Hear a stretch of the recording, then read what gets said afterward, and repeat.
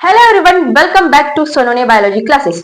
तो अभी 12th board 10th board के एग्जाम पास आ रहे हैं, मतलब बाद में तो नीट जेई है, बट उससे पहले आपको बोर्ड क्लियर करना होगा। तो 2.5 मंथ्स बचे आपके 12th बोर्ड एग्जाम के लिए। महाराष्ट्र स्टेट बोर्ड के अकॉर्डिंग आपका सीबीएसई बोर्ड हो सकता है, आपका बिहार बोर्ड, राजस्थान बोर्ड, आपका कौन सा भी बोर्ड हो सकता है। तो अपना अपना टाइम खुद का देख लो। और सबसे मेन इंपॉर्टेंट पॉइंट, अभी नवंबर के आखिरी के दिन चल रहे और फिर आएगा दिसंबर। बहुत से सारे स्टूडेंट अभी ठंड का बहाना देंगे कि ठंड की वजह से पढ़ाई नहीं हो रही, हम बीमार पड़ गए। तो सबसे पहले खुद फिट रहो, हेल्दी फूड खाओ। अभी कुछ जंक फूड खाने के झंझट में मत पड़ना, क्योंकि पहले से मौसम खराब रहता है और फिर अगर आप तबियत खराब करोगे तो जो भी बचे कुछ दिन है वो भी आप गवा बैठोगे। तो उससे अच्छा है कि आप सबसे पहले तैयारी करो। प्रैक्टिकल शुरू हो जाएगी आपकी जनवरी, कब से भी 1 महीना या 15 डेज आपके प्रैक्टिकल शुरू होते हैं। तो सबसे मेन इंपॉर्टेंट पॉइंट, बहुत से सारे स्टूडेंट का क्वेश्चन ये रहता है कि हमने कुछ तैयारी नहीं की, मतलब नीट के चक्कर में, जेई के चक्कर में या सीईटी की प्रिपरेशन, कौन से भी कॉम्पिटेटिव एग्जाम के प्रिपरेशन के लिए हमने कोई तैयारी नहीं की। मतलब 10th हुई हमारी, 10th होने के बाद डायरेक्टली हम 11th में एडमिशन ले चुके कोचिंग में। हमारा बोर्ड का एडमिशन कहाँ है पता नहीं, किसी स्कूल में एडमिशन डाला, 11th ऐसे ही पास हो गए, 12th अभी 12th बोर्ड तो खुद जाके देना पड़ेगा ना।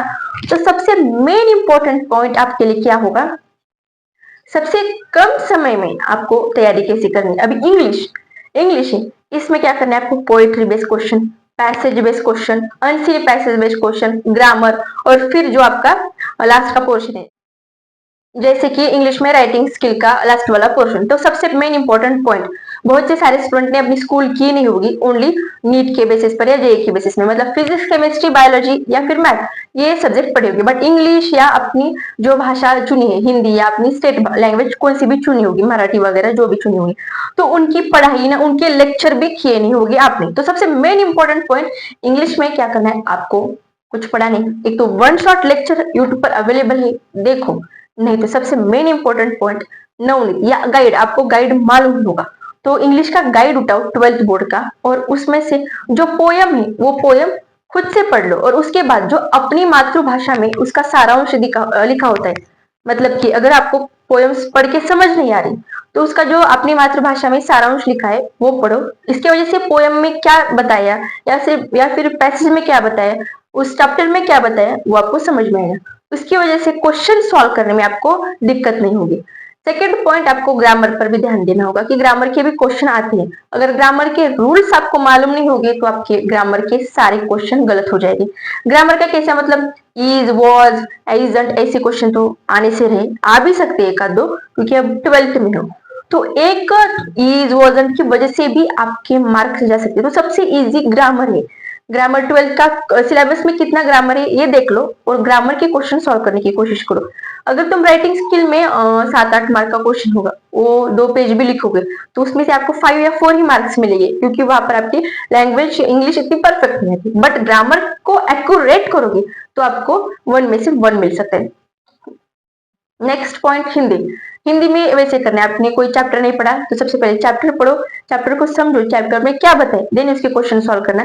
हिंदी में मतलब भाषा, लैंग्वेज सब्जेक्ट इजी जाते हैं, बट इंग्लिश में आपको खास ध्यान रखना है कि हमें poetry wise, unseen passage, seen passage, grammar, writing skill के क्वेश्चन पर ध्यान देना है। कैसे ध्यान देना है, मैंने बोला ना, गाइड उठाओ और गाइड के पीछे वाले क्वेश्चन, गाइड में उस चैप्टर का मीनिंग क्या बताए ये देखो। थर्ड पॉइंट है केमिस्ट्री। केमिस्ट्री में क्या करने का, जो सारे के सारे सब्जेक्ट पढ़ने की जरूरत नहीं, जितने भी सब्जेक्ट आप चाहते हो ना, मेरे 5 सब्जेक्ट, सॉरी चैप्टर बोल रही हूँ मैं। फर्स्ट केमिस्ट्री, फर्स्ट में अगर आपको 7-8 या 12 या 13 समझो टॉपिक ही, तो उनमें से कम 9-10 या 8-7-8 ही करो, बट वो परफेक्ट आने चाहिए। केमिस्ट्री सेकेंड, मतलब केमिस्ट्री 1-2 के लिए मैं बोल रही हूँ, 1 के लिए 6-7, सेकंड के लिए 6-7 करो, बट परफेक्ट करो। रिएक्शन की प्रैक्टिस लिख लिख कर करो, एकदम रिएक्शन रट डालो। क्योंकि अभी अगर सोचोगे कि मेरी नीट की भी टेस्ट सीरीज शुरू है, मेरी जेई की भी टेस्ट सीरीज शुरू है, बोर्ड भी आ रहा है, ये सोचने से अच्छा है कि जितनी हो सकती है लिख कर प्रैक्टिस करो। फिजिक्स के लिए भी डेरिवेशन, न्यूमेरिकल बेस्ड क्वेश्चन आते हैं, डेरिवेशन मस्ट है। जैसे हम क्या करते हैं, पीवाईक्यू सॉल्व, मतलब एमसीक्यू सॉल्व करते समय डेरिवेशन पर ध्यान नहीं देते, हमें सिर्फ आंसर निकालना होता है। आंसर एक बार आ जाए तो क्लियर। बट फिजिक्स बोर्ड में जब आप लिखोगे तब आपको डेरिवेशन आना ही चाहिए, क्योंकि डेरिवेशन के स्टेप बाय स्टेप को मार्क्स मिलते हैं। डेरिवेशन प्लस कुछ एक दो न्यूमेरिकल्स आ सकते हैं। हाँ, फिजिक्स के लिए मैंने बोला ना डेरिवेशन, मतलब सभी चैप्टर्स में आई थिंक ऑलमोस्ट चैप्टर में डेरिवेशन आते ही, तो सबसे पहले डेरिवेशन की प्रैक्टिस करो। 2 पेज के या 1-1.5 पेज के डेरिवेशन आती है। और सबसे main important point definition, chemistry में भी और फिजिक्स में भी डेफिनेशन आ सकती है। तो डेफिनेशन की भी जो छोटी छोटी वाली डेफिनेशन होती है वो प्रैक्टिस जरूर करना। बायो तो बायो इजी है, बायो इजी कह करके आप मार्क्स गवाते हैं बायो जैसे सब्जेक्ट में। बायो में तो क्या आंसर मतलब क्वेश्चन, फिर उसका answer, question answer question answer, वहां तो कोई पैसेज आने वाला नहीं। डायग्राम बेस्ड क्वेश्चन बायो में आ सकते हैं, असर्शन रीजन वाला क्वेश्चन आ सकता है। सबसे main important point, fill in the blank. आगे के जो क्वेश्चन होंगे वो आपके मतलब वन शॉर्ट, जैसे मतलब वन वर्ड का आंसर, जैसे कि fill in the blanks and option choose, मतलब कि केमिस्ट्री फिजिक्स बायो में आप नीट के लिए, जेई के लिए, सीईटी के लिए जैसे करते हो वैसे। मैथ के लिए सबसे मेन इंपॉर्टेंट पॉइंट कि मैथ हमें हार्ड जाता है। तो मैथ के लिए हार्ड जाता है तो जाता है, क्योंकि उसमें प्रैक्टिस लगती है, उसके डेली के डेली लेक्चर्स लगते हैं। और सबसे मेन इंपॉर्टेंट पॉइंट, उसकी एक्सरसाइज सॉल्व करना जरूरी है। जैसे कि बायो और मैथ मतलब सभी के स्टेट बोर्ड के बुक उठाओ और उसकी एक्सरसाइज सॉल्व करो। मैथ के लिए सबसे मेन इंपॉर्टेंट पॉइंट मैं बताऊं, हाई वेटेज वाले टॉपिक उठाओ, उसकी प्रैक्टिस करना शुरू कर दो। बहुत से सारे स्टूडेंट ने तो मतलब की होगी मैथ, जो जेई वाले उन्होंने तो प्रैक्टिस की होगी, बट जो नीट वाले उनका सब्जेक्ट ओनली बायो है, बट बोर्ड में मैथ ऐड है तो उनको मैथ हार्ड जा सकता है। तो सबसे मेन इंपॉर्टेंट पॉइंट उनके लिए हाई वेटेज टॉपिक उठाओ और हाई वेटेज के चैप्टर करो। और देन जो भी आपके पास जो सिंपल सिंपल लगता है वो करो। कहने में सब कुछ आसान है बट करते वक्त हार्ड जाता है, पता है। बट ट्राई तो करो जितना हो सकता है, खुद को एनालिसिस करो और खुद ट्राई करो। देन उसके बाद अपने टीचर से पूछना कि क्या क्या दिक्कत आ रही है।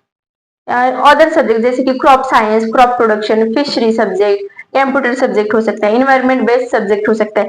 Crop science, crop production, fishery subject easy है। Crop science, crop production, fishery bio जैसा ही है। क्रॉप प्रोडक्शन, मेरा क्रॉप प्रोडक्शन था और मैंने 2 दिन पहले पढ़ा था और मेरे 87 आई थिंक मार्क्स आए थे। सीड बेस्ड, सीड फिर मतलब फार्म कल्चर, वैसे एग्रीकल्चर के रिलेटेड थोड़ा फार होता है। फिर सबसे मेन इंपॉर्टेंट पॉइंट इनमें से आपको पी बाई क्यू प्रैक्टिस करनी है, आपकी स्पीड देखनी है और प्रेजेंटेशन इंपॉर्टेंट करता है। इंग्लिश और आपके भाषा विषय में प्रेजेंटेशन इंपॉर्टेंट करता है। Chemistry physics bio math other subject में प्रेजेंटेशन इतना इंपॉर्टेंट नहीं करता, बट इंग्लिश और हिंदी में आपको प्रेजेंटेशन इंपॉर्टेंट है।